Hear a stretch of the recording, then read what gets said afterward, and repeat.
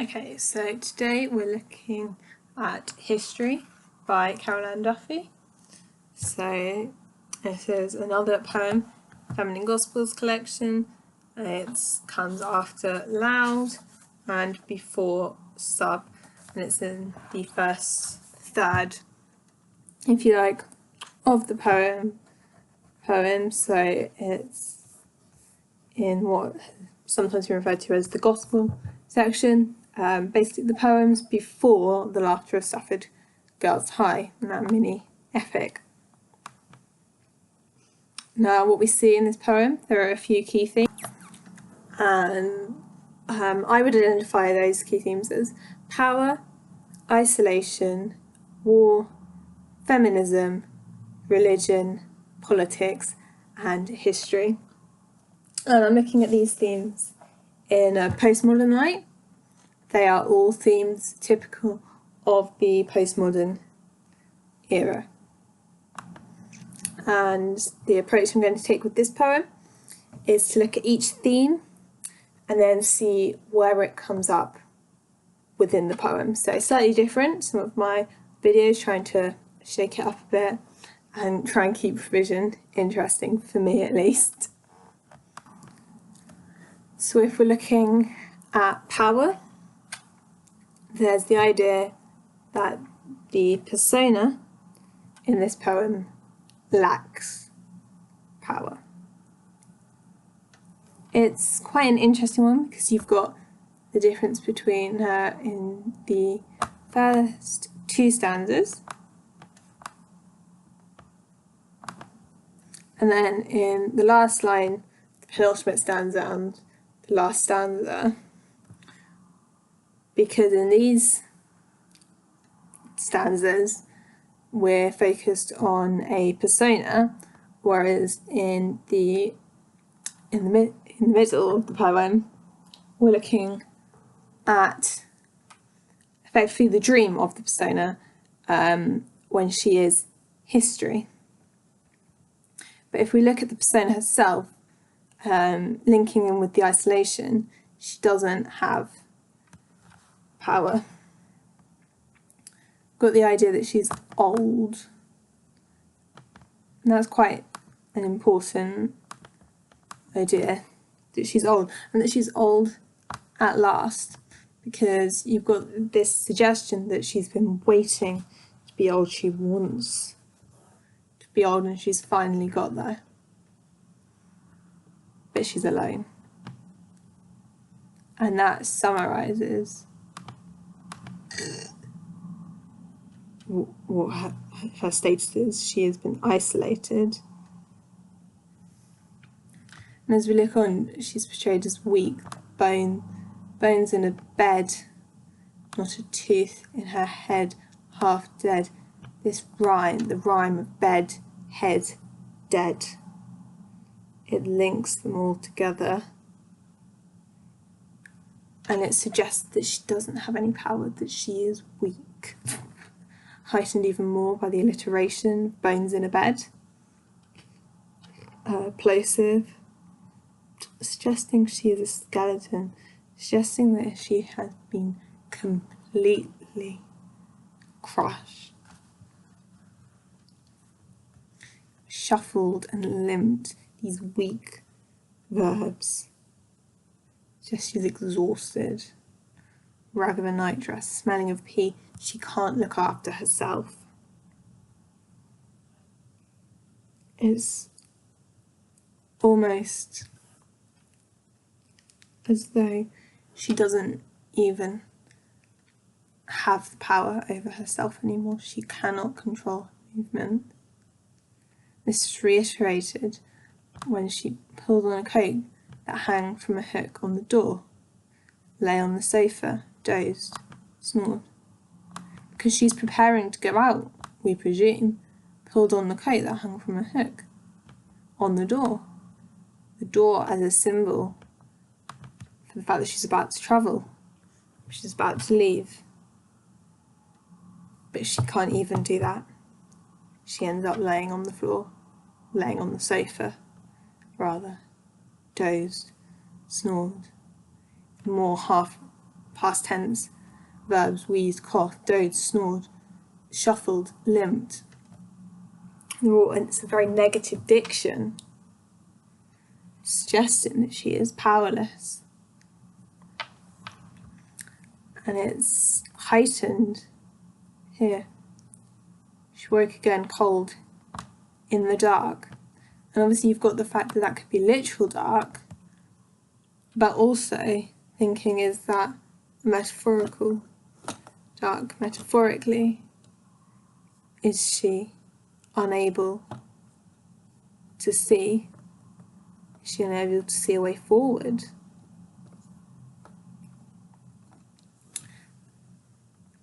And what I think is most interesting out in the discussion of power is the fact that it says in an empty house. Because if our persona is in the house, then the house is not empty.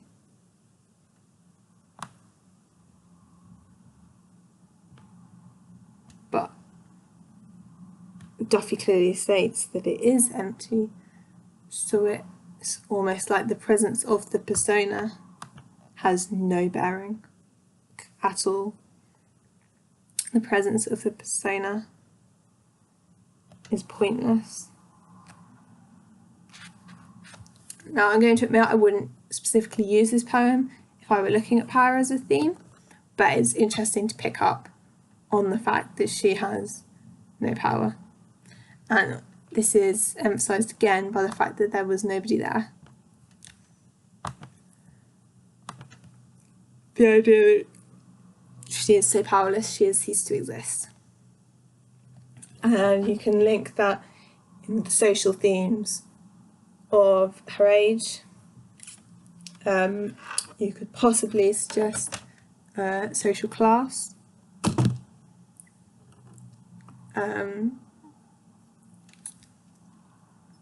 Yeah. As I say, this is all linked quite clearly into the theme of isolation. Because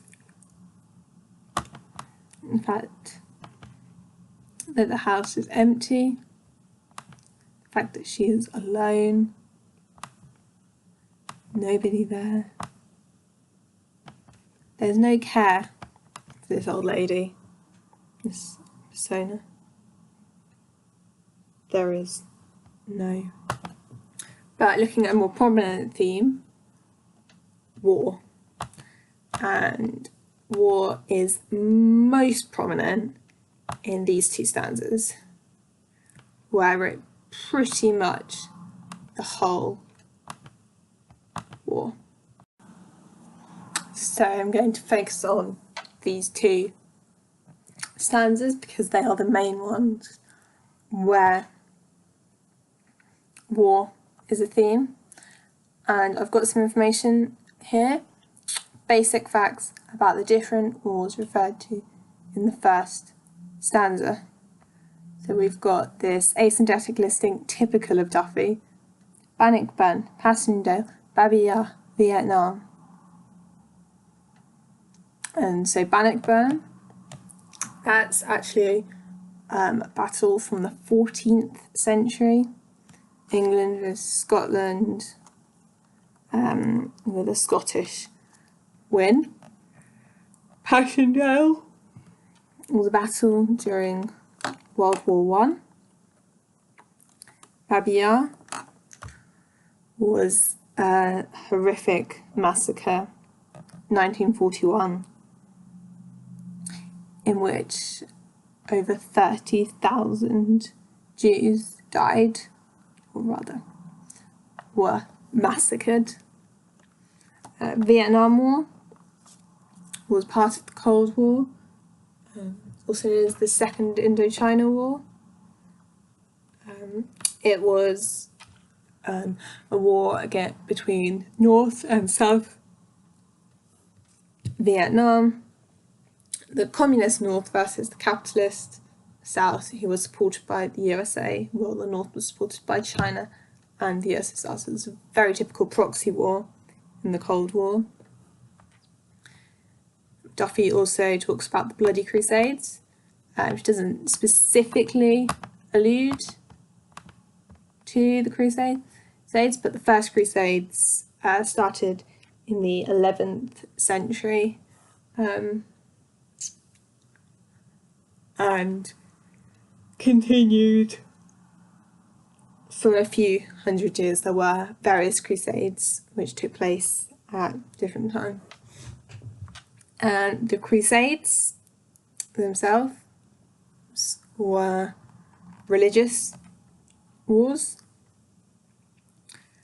but the other four, the four named specifically, were not.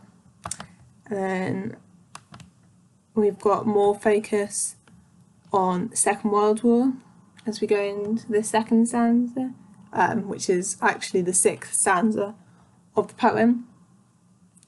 So the dictator's strutting and stuttering film blew out his brains, direct allusion to Hitler committing suicide on the 30th of April 1945, just days before Germany surrendered, because he realised that he wasn't going to win the war. I give two interpretations for the children waving their little hands from the trains. The standard idea is that this is the Jewish children who are being sent to concentration camps. It's quite a disturbing image, but the first time I read it, what actually came up was the idea of this being British evacuation, another key part of World War II. Now, war is a common postmodern theme, partially because in some ways the postmodern period is defined by the end of the Second World War. It is sometimes taken as beginning at different points, but one of those points can be the end of World War II, so 1945. And what Duffy does here, through her asyndetic listing, is she highlights the prominence that war has in history.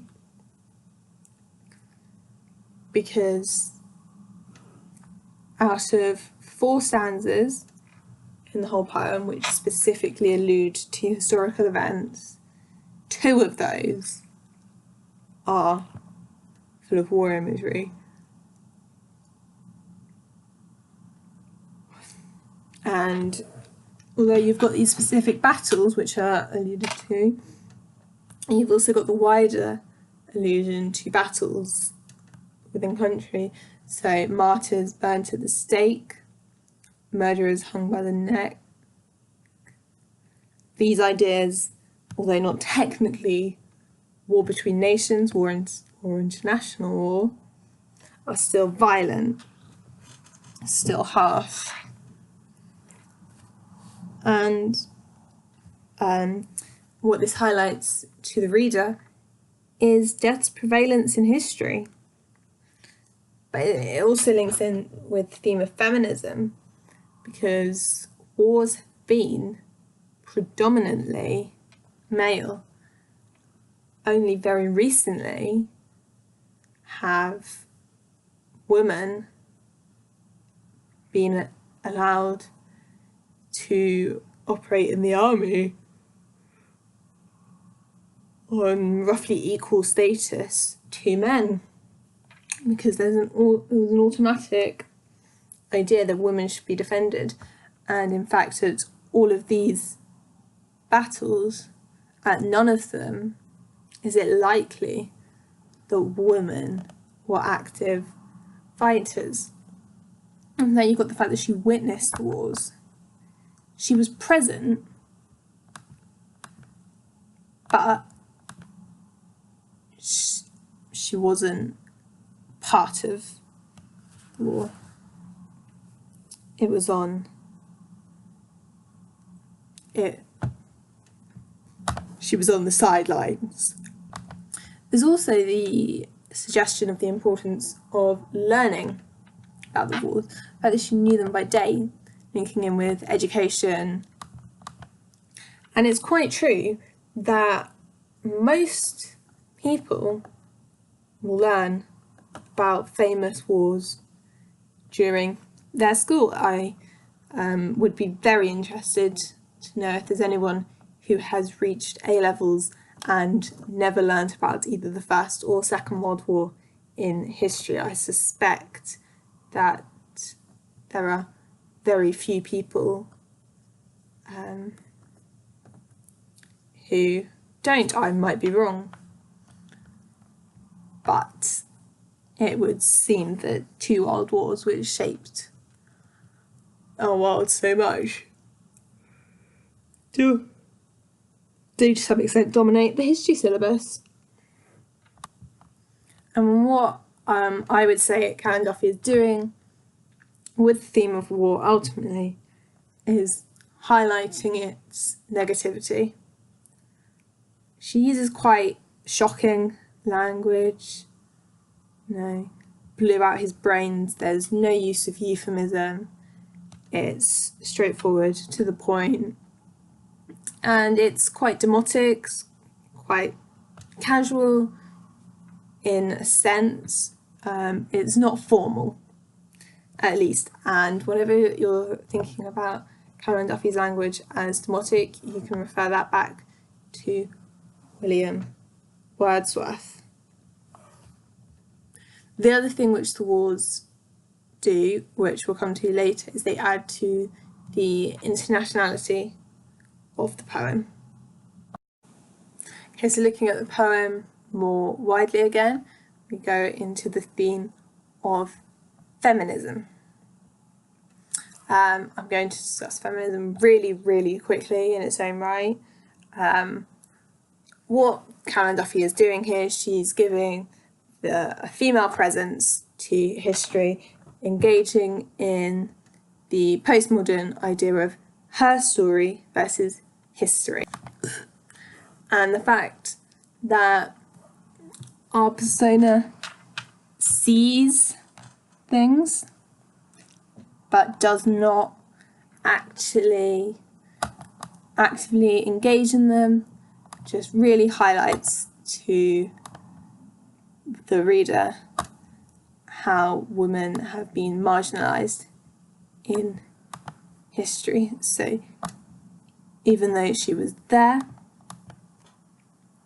she was not part of history. Now I've got religion, politics and history, which are all quite interlinked in both this poem and in the everyday world, really and truly. Religion, similarly to war, there are two stanzas which focus on religion, which we're going to look at in a bit more detail. So here the third and the fourth stanza are full of religious allusions.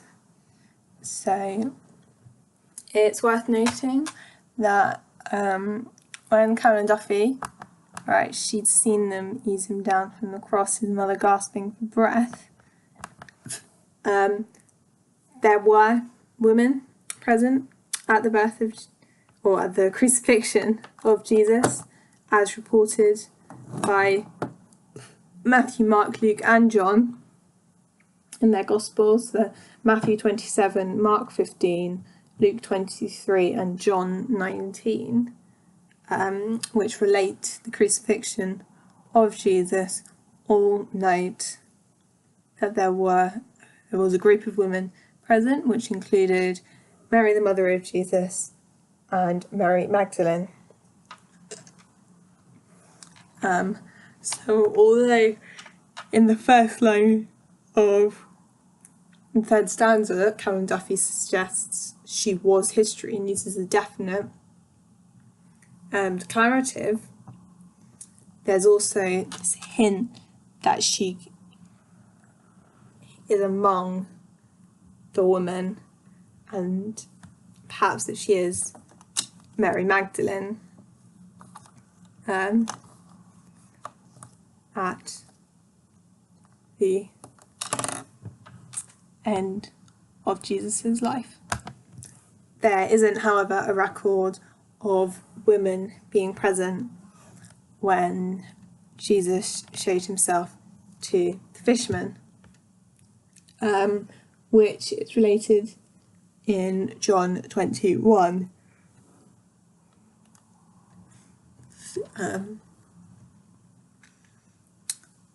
As well as these direct religious links to the cross, to the soldiers, the spear which went in the side of Jesus.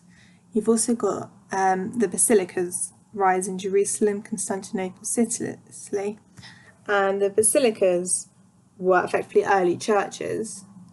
So what Duffy's looking at is the rise of religion, and really the importance of religion to society and history, and especially Christian history. Duffy highlights how really significant they are.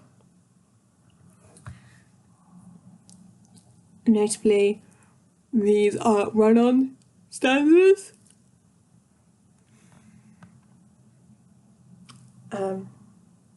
And Duffy uses parataxis to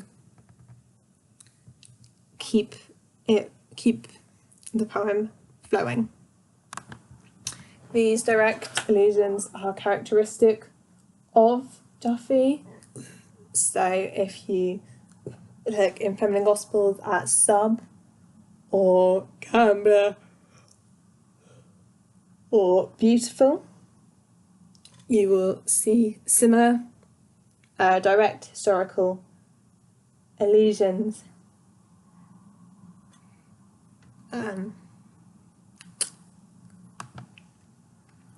The other interesting subtext here is the idea of Jesus' death being a difficult birth, because in the Christian tradition, Jesus died that we might live. So his death is seen as, in some ways, it is a new birth, because in dying, Jesus took the sins of people, and it's interesting that Duffy highlights that. Now, as I said, the politics and the history are interlinked with religion, so they are throughout the whole poem. If we're looking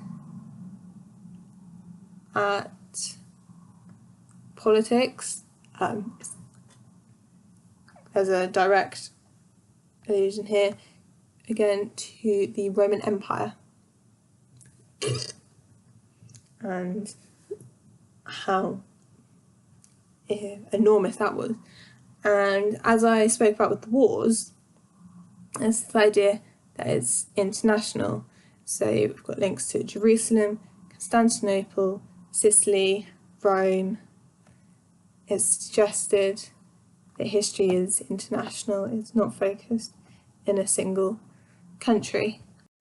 So this is just a visual aid to show how each place mentioned by Duffy, where it sits in the world.